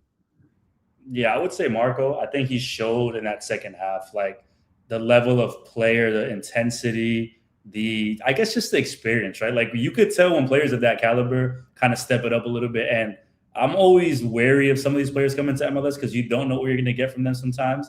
But he showed in that second half, like how much this still means to him. And it's hard to say that about certain players because like they're already past their prime. They're, he probably has a beautiful home somewhere here in Southern California compared to where he was living in Germany. But still, like playing that way in the second half and then going to the media after the game and saying the stuff that he did the way that he did, I think the message definitely has to get through, right? And he's said he's not going to be the one that's super vocal all the time and yelling. But if a player of that caliber, of that history, of that trajectory is feeling this and, just not happy with what's going on and just being able to say out loud and then also show you on the field, like, right, I still have the quality and still have the wherewithal to like step it up another level and try to make this happen. Like put the team on my back. Clearly didn't happen, but he was trying to at least a lot more than you could say for what the effort was in a lot of other ends. So I'll give it to Marco for sure. And he's in a tough spot because he's just supposed to be a piece to this puzzle, not the main piece, a supporting piece. Right. And right now it's seeming like he's having to do a little more than expected. Yeah. But yeah, I would say Marco for sure defending the badge. Yeah, I don't disagree. I mean, especially the fact that he came out and spoke to us afterwards, Ananda. He showed face and there's been I'm not gonna front. There's been a couple times where we've actually looked for him after a match, especially a Champions Cup match, and he's creatively ducked us and gotten through us somehow. There's one night I was with a couple of the fellas, Josh and Scott and Damien. Of course, Scott. yeah. Shout out Scott for sure. Planning about the food service this past weekend. Shout out Scott. But we were waiting for Marco, and he waited us out, man. We like chilled for like a good long while after the game, and either he waited us out or he got past us somehow, Andy, because when I tell you we didn't get to speak to Marco that night, he got past us somehow, man. But by the way, really quick, last thing on Marco too is I don't know if you guys have been paying attention to his Instagram a lot, but he's gonna welcome another member to the family in a few months. So yeah, I mean he's got a lot going on. Yeah, big family man. So again, shout out to him because he's got a lot of other like even personal family stuff that he's got to go through. So he's just class. Like I agree with you. Like that was the best game I think I saw him play all year, and that's saying a lot given the type of performance the team had. But he just everything good that came from the Galaxy, and this is probably the only positive I took out of that game, was Marco Reus. Like that was the only positive I took out of that game, and he showed his class. Fair. I mean, Jack Klaus had a couple of moments where I was like, "All right, that's good hustle, big man." but ultimately, That even he always he shows was that. Yeah, that's fair. Yeah, that's João but Klaus. Somebody in the chat said like João Klaus has been kind of off, but it's like if the midfield is not connected, then it's going to be hard for the striker to be effective. But João Klaus, he's going to give you that hustle every time, and that's literally every single time. Yep. Yeah, and you know what? Like I said, I mean, you'll get that from Greg Vanney teams most of the time, and there were points that I didn't see that, and thus they fall to this defeat. Where are they in the standings after all this? After 6 games played, they're in 12th place on 5 points, 0.83 points per game with a 1-3-2 record, 8 goals for and 10 goals against, and a -2 goal differential. One thing to point out here is that this Galaxy team, for all the stars they have and for the cachet and the reputation they have, it hasn't helped them this year. They've already lost to SKC, Portland, and Minnesota, that are all non-playoff teams so far. So if you go by the metric, are they a good team? Well, good teams should be beating non-playoff teams, and we haven't seen that happen. So realistically, we shouldn't expect anything different against the Liga MX champion, who Andy calls probably one of their highlight moments in their history, or one of the best moments in their history. That's who the Galaxy will be facing off against in the quarterfinal of the CONCACAF Champions Cup. The first leg is Wednesday, April 8th at Estadio Nemesio Diaz. They have met once before. If you remember, the Galaxy were up 2-1 in the 88th minute before Toluca stormed back to stun the Galaxy with a 3-2 win in the 2025 Campeones Cup. In that one, Fagundes and Peck scored for LA, and Castro scored, and there was a brace for Franco Romero. Castro was the man of the match in that one, and Gabriel Peck showed his quality in that one, just like he did in the first couple of legs of the Champions Cup, especially against Mount Pleasant, where he scored 5 goals across 2 legs. Guys, Toluca right now, after 13 games played, they're in 3rd place with a 7-5-1 record, 26 points, 19 goals for, 8 against. So they score a lot. They don't give up. They don't give up a lot. Plus 9 goal differential. But maybe because they rotated a little bit, their last match was that 1-0 away defeat to Querétaro. Before that, there was a 1-1 draw on the road to Pachuca. And before that, there was a 1-1 home draw with Atlas. So they haven't won in the league in 3 match days. But the last time they went out for the Champions Cup, they spanked down San Diego 4-0. They are a very, very good team with several. Don't get it twisted. Yeah, they are a very, very good team with several different looks that they can throw you. They can throw you the 3-5-2. They can throw you the 3-4-3. I mean, this is a team that is well drilled. They have a lot of good players. Evidence 1.46 goals scored per match, and they only give up 0.62 goals conceded. So this is a dangerous, dangerous team, y'all. Real quick, before we get into the rest of this mini preview, we have another super chat by Big Heck, the blushing groom. How long do we let Vanney really keep dragging our team down? How can you honestly feel Vanney will coach without superstar? Just a big O. Is that UGH? How would you pronounce that, Ananda?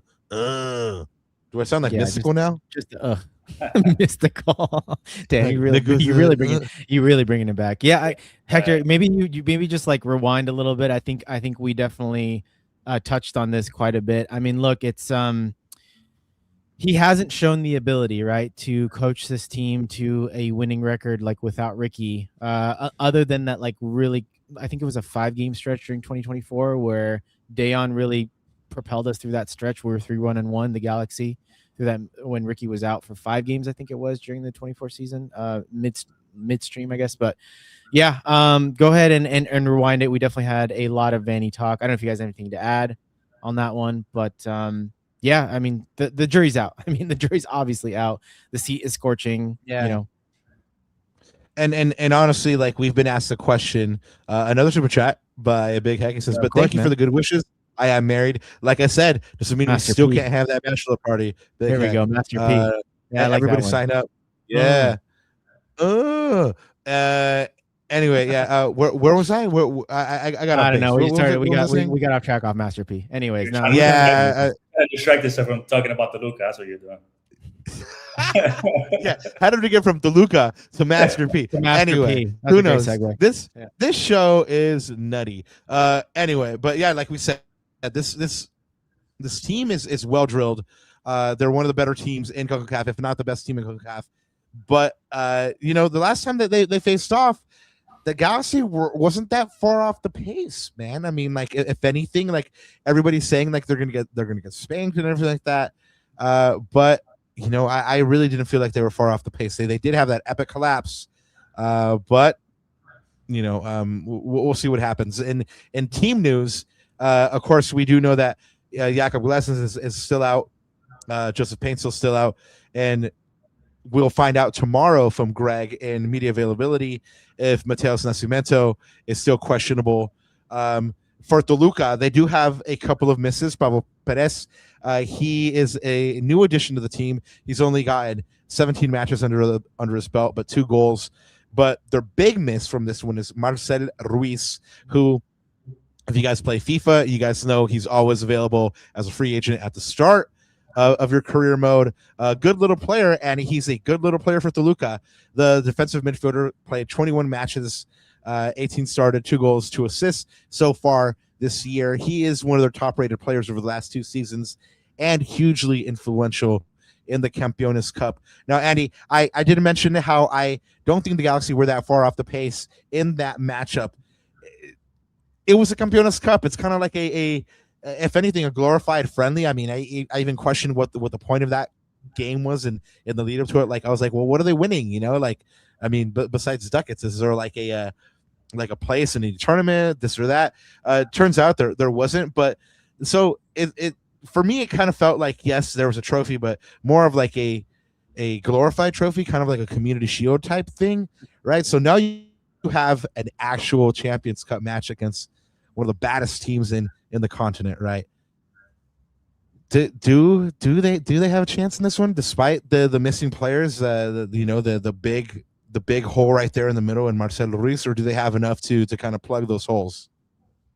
Nah, I don't think the Galaxy have any chance here. It was a tough draw for them, and to your point, like that Campeones Cup game was a good, I guess, barometer of how they matched up against Toluca at that time. But you have to take everything into context. That was a late season game. That was right after Leagues Cup, where the Galaxy ended up getting this big momentum boost. They were in good form. You take that momentum going into that game and take the current momentum going into this game, and they're 2 completely different things, right? You also have to think about this when it comes to Toluca, is their round of 16 matchup series against San Diego. You're talking about an MLS team who has shown just in one season how clearly tactically sound they are under Mikey Vargas, and you could see it on the field, what they play to, how they are as a team, which is something that we haven't seen the Galaxy do. But they lost that first game in San Diego. Granted, it got shaky at the end. They scored a late penalty. It was 3-2 going back to Mexico. And then when they got home, they were like, no, this shouldn't even be close. And they absolutely played San Diego off the field. They won 4-0. So just the fact of going down there and the pressure that it is, people are mentioning the altitude, of course, it's a big deal. But then you look at these players like Alexis Vegas, you have Cordova, you have Jesus Gallardo, they have these players that are going against the Galaxy defense. They're already good to begin with. Going against the Galaxy defense, they may be put on like a different tier of like, wow, these guys are nasty. Se van a ver como Maradona, güey. Exactly. That's my point. So it's like, do I believe the Galaxy will show a response? Sure. I do think that they'll show some type of fight out of just the pride of the team. But once that first goal lands, and I won't be shocked to see it land within the first 20 minutes of the game, then things might derail completely, as we've seen with the Galaxy. And we know how important it is, right? Away goals and things like that. So you almost have to approach this game a little differently, and you would hope that Greg Vanney does. And I think we've seen a little bit of like, okay, he rotated some players this past weekend, so we know that some players are probably going to start this game in Toluca, but I think they're just completely outmatched all across the board. And the fact that Toluca has 1 loss this Liga MX season, they were basically willing to sacrifice that this past week against Querétaro, just in preparation for what's coming up in Champions Cup. It says it all, right? Like, these Liga MX teams don't ever want to lose to MLS, and nevertheless, in a tournament at this stage now where it's like quarterfinals, they're getting closer to possibly being able to add another trophy to what's been a crazy run over the past 3 years for Toluca. I mean, everything that matchup-wise you could pick at, it's advantage to Toluca across the board. Well, that's a bummer, Galaxy fans. No, we'll get back into it, but we do have another super chat from GCam. It says bachelor party at Buffalo Wild Wings. I am super down. Let's make it happen. I think that Big Heck said that he's an honest man now. I mean, hey, we can still have you be an honest man. But you know, we'll talk about preparations for the bachelor party on Lacuna After Dark. Common Sign 6 says Pochettino to the Galaxy. I think you can skip me on that one, Primo. I love you, but I don't think that one is gonna fly with me. Big Heck coming back with the super chat says we are getting cream versus Toluca. The best thing Galaxy can do is not show up at Toluca and get a forfeit. Lost 1-0 this way. We have a chance back home. Damn, harsh words, Big Heck. It really be sad for hours around here. Damn, it really be sad for us. G-Cam says bachelor party at Denny's. I like it. Anyway, let's go ahead and start wrapping this one up. We've already talked about some of their bigger players. You know, Alexis Vega, who didn't start that game against Querétaro. He's going to be nice and fresh. But then you have, you know, the other ballers that they have, Paulinho. I mean, another one for you FIFA heads, Jesus Gallardo. You know, fantastic little defender and can get forward, can play in the midfield, can go ahead and put a pass in, you know. So for Greg, you know, he has a lineup that pretty much is the strongest lineup that he could put out.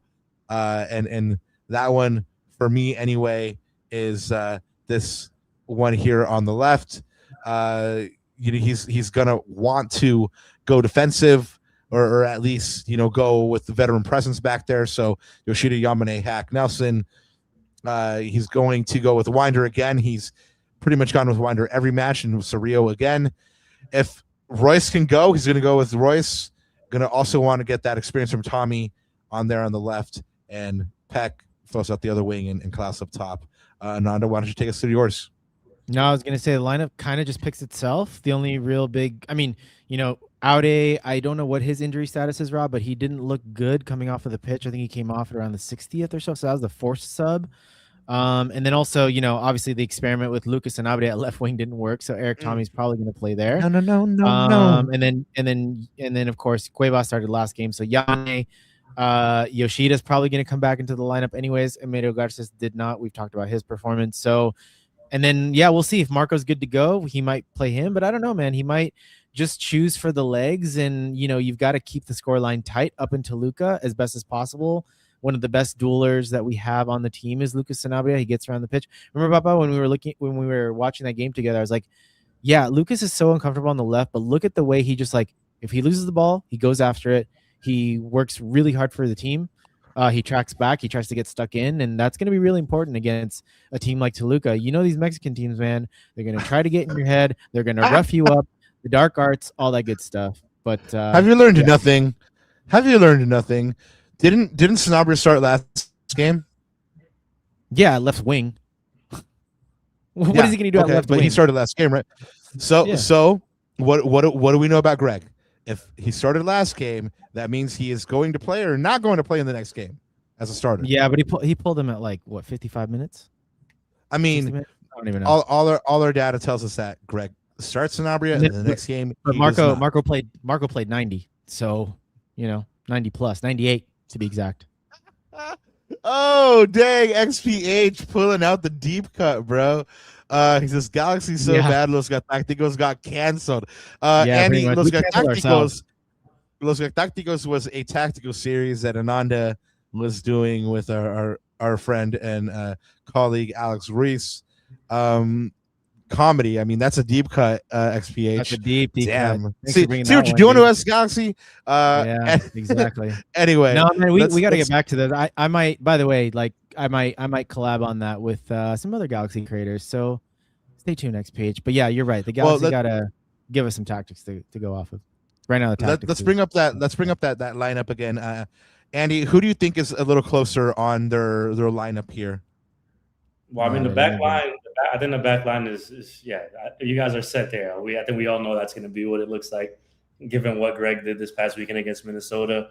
Yeah, man. Like I don't hate the Sanabria shout, honestly, but I think Marco coming off that game, like he's playing, like he's what they have right now, and in a game of this nature, it's gonna be. I think Marco will be like, "There's no way in hell you're not gonna start me." But if this gets out of hand, I would not see it far fetched for for Marco to be an early sub and be like, you know what, let's get ready for Austin, which is a crazy turnaround too for the Galaxy to go play in Austin. Right, it is a place that they have not won since 2022. Might I add? So. Yeah, I would probably go with Rods because of Marco, but I do like the Sanabria shot, man. Like you need somebody that's gonna show some fight down there, man. Like you know exactly what the Mexican teams are gonna do, what all these teams are gonna do in the region, and try to get you out of your element, especially when you're on the road. But yeah, Marco is probably gonna etch his name in there on his own without even having to think about it. Guys, let's wrap this one up. Chat, you know what to do. Start dropping in your match predictions here for leg 1 of the quarterfinal against Toluca. Mind you, there is 2 legs, so Andy called it. Hopefully, Greg will approach this as if there is 2 legs and prepare his team accordingly. But all we're asking of you, chat, is you give us what leg 1 is going to be. Will the Galaxy win? Will this bring a surprise? Is it a trap game? And can they get one over on Toluca on the road? Improbable as it may seem, go ahead and start dropping that in chat. But in the meantime, Andy, it's fill in the blank time. I know you said that the Galaxy are clearly overmatched, but in a world where this is a Disney movie, for the Galaxy to win this match, they have to ... Fill in the blank for us. They have to score 2 goals. They have to score 2 goals because once again, away goals being a thing, I think it's very Toluca's probably not going to get shut out at home. We're just going to say that's safe. So I would say for the Galaxy to win, they would have to at least score 2 goals, and it's not impossible. Like I know I love doing these, I guess, previews, and especially when teams are kind of overmatched, because at the end of the day, we could talk about a lot of different things, but whatever happens on the field is between the players, right? Like any given Sunday type of thing. Anybody could be anybody at any given moment. And it's not impossible, but it's not an easy task, clearly. But the Galaxy, to my point earlier, have a talented roster. If Peck keeps that form that he had, obviously Mount Pleasant is not Toluca, but if he keeps that form he had in the last round of Champions Cup, if maybe a few of these passes are connecting a little better, if we see a more vintage version of Edwin Cerillo, or like anything of those, that mixture, Yamane comes in and has a good game, like we could say, hey, they could score 2 goals. So I would say 2 goals have to be scored for the Galaxy to win the game. We do have another super chat, and Andy, I don't think you're wrong. I think this one has to have a you're right. Toluca's going to score. They're going to score at home, not get shut out. So the Galaxy have to get 2. Chat's still continuing to do their thing. All up in there, man. Jukem says in his latest super chat, gracias Jukem. Nah, no trap game. God hates us. We taking the L 4-0. Fair enough. Yeah, I mean, but this one is wild. Primo Matthew, comment sign 6 says, why Close got the Tintin hair? Damn. That's bro, like, I mean, this is slowly turning into a roast of these players now, but this is already anyway, after dark. Anyways, we're like, yeah, this is already after we're in dark. overtime right now. We're in overtime. Exactly. OT. All right, so we got Andy's Ananda, what's yours? So the Galaxy to win this match, they have to. Don't say pray. Yeah, other than rezar. Adios. No, man, like we talked about this theme, and they need to somehow, some way compartmentalize everything that's happened in the beginning of the season, and they just need to stay mentally in this game. I think there's going to be so many elements going against the Galaxy, not only just their form, where they are confidence-wise, their mentals, on top of Toluca being a fantastic team, 8,000 feet of altitude, that crowd. There's so many things going against the Galaxy on paper, but what's the one thing that they can control? It's the mentality. It's the way they approach the game.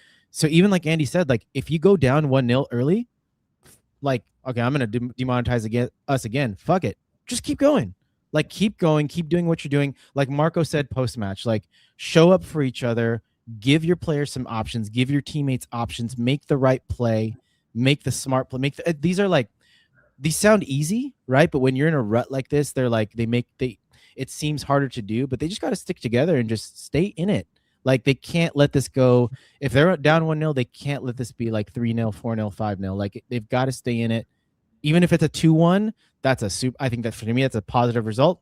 Yeah. And you've got a chance down the second leg at home. I want to say that despite it all, despite the doom and gloom, chat, you really have been beautiful tonight. Joe 13 Cool with the receding hairlines has historically brought the Galaxy good luck. Shout out to you, Landon. Nightmare. Fuck it is a city in Thailand. You're very right. One of my favorite Thai spots in San Francisco was Fuck It Thai. Delicious Tom Young guy. So anyway, so now we come to the all important question. Actually, I didn't give you mine. For the Galaxy to win this match, they have to have everything line up perfectly and play the perfect game so far this season. Like, they have to have everything go right for them and stay mentally locked in, not shoot themselves in the foot, take their chances. All of the above, all the separate things that we've talked about on every single pod leading up to this moment. They have to put all of it together. The mentals, the execution, the connections, it all has to come together here, right? So maybe we didn't see it against Minnesota. You know what the crazy thing is? Even if they do all that, they still might not win. But again, as long as they get a result, like an away goal or two, okay, like, you've got a shot, right? Yeah, we'll see. That's the rub, right? Like, you do have to have everything go right for you, and like Ananda says, you still might not get the win, but what you need to do is get a result. So speaking of that, Andy, we're going to give you the option. You're a guest, so would you like to go first on the prediction, or would you like to go last? I'll go first, man. I think it's going to be 4-1. I think it's going to be 4-1. I think 4-1. Yeah, I think this Toluca team is rolling right now, and everything we mentioned earlier about them being ready for this game. But the Galaxy will find a way to score one somehow. And then that's the thing for me. It's so much like Ananda saying, like, the mentality and the energy behind, like, if you do fall down by one early, like, how is the reaction? Because it's not even just so much this game. This is a series, right? You have to come back to Carson and play in front of these home fans. If you're coming back on a 4-1 and then whatever happens in Austin, like, that could be a very, very stark day at the stadium at Dignity Health Sports Park, bro. Like, so, and I'm saying all that still thinking 4-1, but I do think the Galaxy will find a way to show some fight at some point. I just don't think it is going to be anywhere close to enough. You know what's crazy is that you're very right, man. If they do lose in Toluca, they do go to Austin, a place where, unfortunately, I've been to see the latest couple Galaxy losses. One was with Ananda. I mean, they're going to go into that second leg, and it's going to be a volatile situation because there's going to be a ton of Toluca fans in the crowd, and then you're going to have a bunch of your own fans that are angry with you for playing like you've been playing, right? Big Heck is scolding you, Andy. He says, with his latest super chat, gracias, Big Heck. He says, 4-1, generous. Have you met the Galaxy lately? Ouch. That might be generous. Really? That might be generous. But you know what? In CONCACAF, there could be a crazy penalty that gets called. Yeah, that's true. Somebody's elbowing somebody in the box. Like, I've seen CONCACAF is a crazy. This tournament itself is very odd. So I would not be surprised to see the Galaxy score at least one. Because, like I said, they have the players to be able to score at least one. But I don't see much more than that. We do have Nightmare says, I have more faith in my cheating ex-wife than this team. Nightmare, we can give you a phone number to call if you're down really that bad. Sorry about it. Ananda, since I went first last time, you want to go ahead and go first on the prediction of the thing? Well, that's false, but I'm not that far from Andy. I think goal difference is going to probably be 2 or 3. You know, whether it's 3-1, 4-2, 5-3, whatever that is, like 4-1. Yeah, somewhere thereabouts. Is that a terrible result in the grand scheme of things? It's not ideal. Like, you probably want to go there at most like -1 delta goal difference. and going back to the digs, you've got to get an away goal though. I think that's probably key, because if the Galaxy come out there with 0, I don't think they have any shot in the second leg. Yeah. So yeah, I mean, Toluca is just too good, man. And like the Galaxy's form, like there's nothing about this team that has shown me like what they can do. You know what? The only thing I'll say, the Galaxy, funnily enough, play decently against Mexican teams only because Mexican teams don't set up in a low block. But even that's being a little kind, right? Like, but I can see the Galaxy scoring like 1 or 2 goals just based off of that. Like, if you play us, man to man, like, the Galaxy have players that can hurt you. But it's a matter of like finishing our chances, getting an early goal. There's a lot of variables there, but now overall, I think, -2, -3, whatever that goal difference is. See, now it's my turn to scold the LA Galaxy because they have my man Ananda speaking metrics over here and saying shit like Delta. LA Galaxy, what have you done to what have you done to my boy here, man? Like that's anyway. I flew Delta, anyways. Yeah. Shout out Delta. Anyway, yeah, man, I'm gonna actually if nothing else, I gotta have a little hope because it's the thing that kills you, right? So I'm gonna go 2-1. And the reason I say it's gonna be 2-1 is because the very typical Galaxy thing to do is lose 2-1, go back to the digs, get an early goal, and tie the series, and let it get to like the 75th minute, and then give up 2 goals in the last 75 minutes. I mean, the last 15 minutes. That is the most typical Galaxy thing to do, and I think that is probably the way it's going to play out. So yeah, I think it's going to be 2-1, but I think all of us are in agreement that the Galaxy don't come away with a win here. Let's go ahead and take it to chat really quick. We have eSuper that says 5-0. Ouch. Tranquilito, what up, Papa? 2-1 Galaxy. Hey, there we go. Wait, bring it back. Tranquilito. Hey, I like the enthusiasm. I like the confidence, and I like the hope. There we go. XPH. Bringing us right back to 5-0 land. I like it. Joe Tortico says 2-1 Toluca, and that's being optimistic AF. Comment says, oof, I'm going to say 3-1. Klaus gets one. If you do leave that Chipotle burrito out overnight, Primo, make sure it doesn't have guac or anything like that. I mean, that's going to do a number on you. But anyway, it seems like we're all pretty much in agreement for the Toluca match. The Galaxy does need kind of a miracle to go ahead and pull this one out. It's not looking good for the Galaxy in this one. But if they somehow get a result, then that's going to be a wild time next week at the digs. Next on the Cuna Galaxiana, the Galaxy travel to Mexico to face off against Toluca, just like we've been talking about in the first leg of the quarterfinal. That's in 2 days on Wednesday, April 8th. Win, lose, or draw, we'll be back here with you on Thursday, April 9th to break down that match. And we'll also bring you a mini preview of the Galaxy's quick turnaround, a weekend MLS match against Austin FC on Saturday, April 11th. At 11:30 a.m. We'll talk about the body clock and how crazy that'll be. Then a week from now on Monday, April 13th, we'll bring you our match reaction to that game against Austin, while also bringing you everything you need to know ahead of leg 2 of the Galaxy versus Toluca on Wednesday, April 15th. Before we say goodbye and farewell to you, chat, we want to say thank you once again to our good friend, Andy Deossa, who was here. Super gracious with his time. Thank you once again, man. No, thank you guys, man. It was a pleasure. Always fun to catch up. I'll be at the stadium again at some point soon, so we'll catch up in person again. But yeah, thanks to the chat for being active and keeping me entertained, as well as you guys always doing great work. Obviously a big fan of the show, so keep doing that. And thanks, like man. you said, whether it's good or bad, you guys are gonna be here talking about it. So at least you have that. Yes, sir. Yeah, man. Open invite. Ya sabes donde estamos. Drop by. You're always invited to La Carne Asada. You're always invited to, I mean, any kind of cookout, man. Like you know where we're at. And yeah, man. As well, hopefully we can knock the door on you as well for your pod, man. It'd be great to say what's up over there. And then you'll get a little bit of a more unhinged version of Ananda and us, because we're the guests now. So yeah, no, we can make that happen for sure, man. Yeah, man. Thank you so much. We do appreciate it. Ananda, anything else to add before we say goodnight? Just chat. You guys are on fire. Just thank you so much for making us laugh and making this like a little easier to swallow and tolerate. I mean, the Galaxy have not given fans any joy this season. So, but at least we have each other, I guess, right? This is why we call this group therapy sometimes. But no, man, you guys are awesome. Thank you for all your support as always. Thank you again to Andy.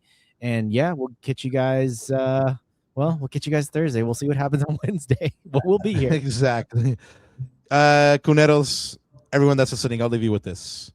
This is probably a moment where you might think these words are empty, but this is the beautiful part about this sport called soccer that we love, fútbol, como lo quieras llamar. There are inexplicable moments of highs and elation and euphoria like 2024, in which I quite literally cried in the press box. And there are moments like right now where fans are disgusted enough to go ahead and quite literally call their team out after a match.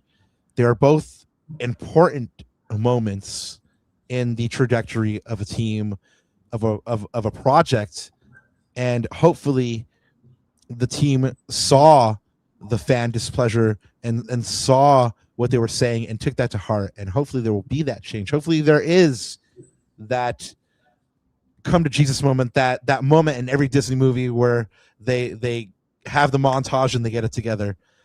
Maybe I'm just a sucker. Maybe I'm just too hopeful. I hope it happens. The reality is that this is real life and we might not see that. But despite the fact that we might not see that, I want every single one of you guys to keep your heads up, because you have each other at the end of the day. So I'll leave you with that. And only one thing left to say, right, Ananda? Dale. Jesus!